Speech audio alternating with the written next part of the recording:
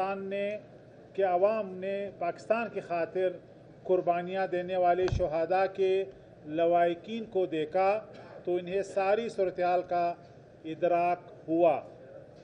نگران وزیر اعظم انوار الحق کاکڑ کی حکومت نے دہشت گردوں اور علیحدگی پسندوں کے ساتھ روابط رکھنے والی خواتین کو اسلام آباد میں بیٹھنے اور قانون کے دائرے میں احتجاج ریکارڈ کرانے کا پورا موقع فراہم کیا۔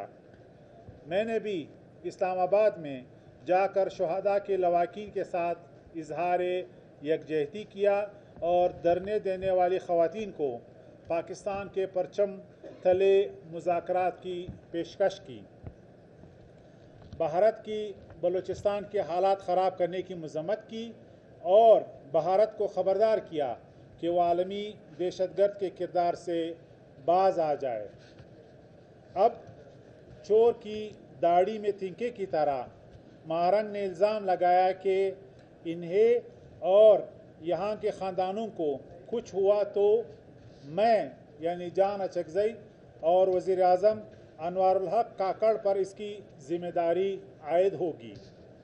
ہم سیاسی کارکن ہیں اور کسی قسم کی دہشت گردی سے ہمارا تعلق نہیں۔ ہم بھارت کے ہاتھوں میں کھیلنے والے پاکستان کے بلوچ بھائیوں کو عام معافی دلوا کر قومی دھارے میں لا رہے ہیں۔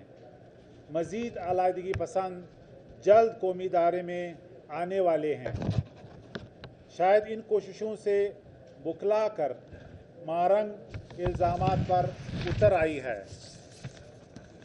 اسلام آباد میں ان کی سہولت کاری کرنے والے بدنام زمانہ دانشوروں نے علیحدگی پسندوں کے لیے اور آئینی اداروں کے اہم لوگوں کے خلاف آؤٹ آف فرسٹریشن میدان سجانے کی کوشش کی اور اوٹ پٹانگ بیانات بھی دینے لگے۔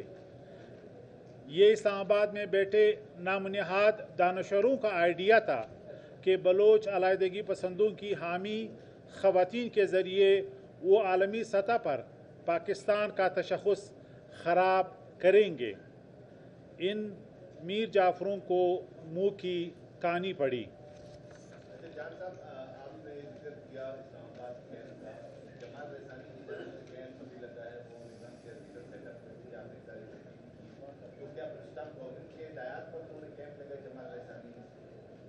شہداء کے کیمپ کا میں بہت شکر گزار ہوں۔ انہوں نے ہمارے ریکویسٹ پہ جو خواتین ہے ان کو گھر بھیجا ہے اور ابھی فیڈرل لیول پہ بھی شہداء کے کیمپ کے جو بھی ان کے مطالبات ہیں وہ بھی مان لیے گئے ہیں۔ ہم امید کرتے ہیں کہ شہداء کا یہ کیمپ جو ہے جہاں پہ لواحقین بیٹھے ہیں سخت سردی میں اور وہاں پہ سارے بزرگ جوان بچے سردی سے متاثر ہو رہے ہیں، انہیں جو ہے وہ بالخصوص جو اس وقت کیمپ کو لیڈ کر رہے ہیں جمال ریسانی، وہ ہماری ریکویسٹ کو مانیں گے جس طرح انہوں نے خواتین کو گھر بھیجنے کی ہماری ریکویسٹ مانی ہے، ہماری دوسری ریکویسٹ بھی مانیں گے۔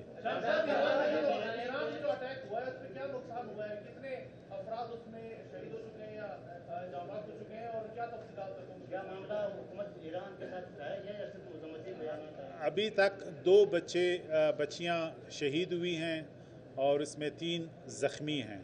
کیونکہ ایک تنظیم کی جانب سے بھی بیان آیا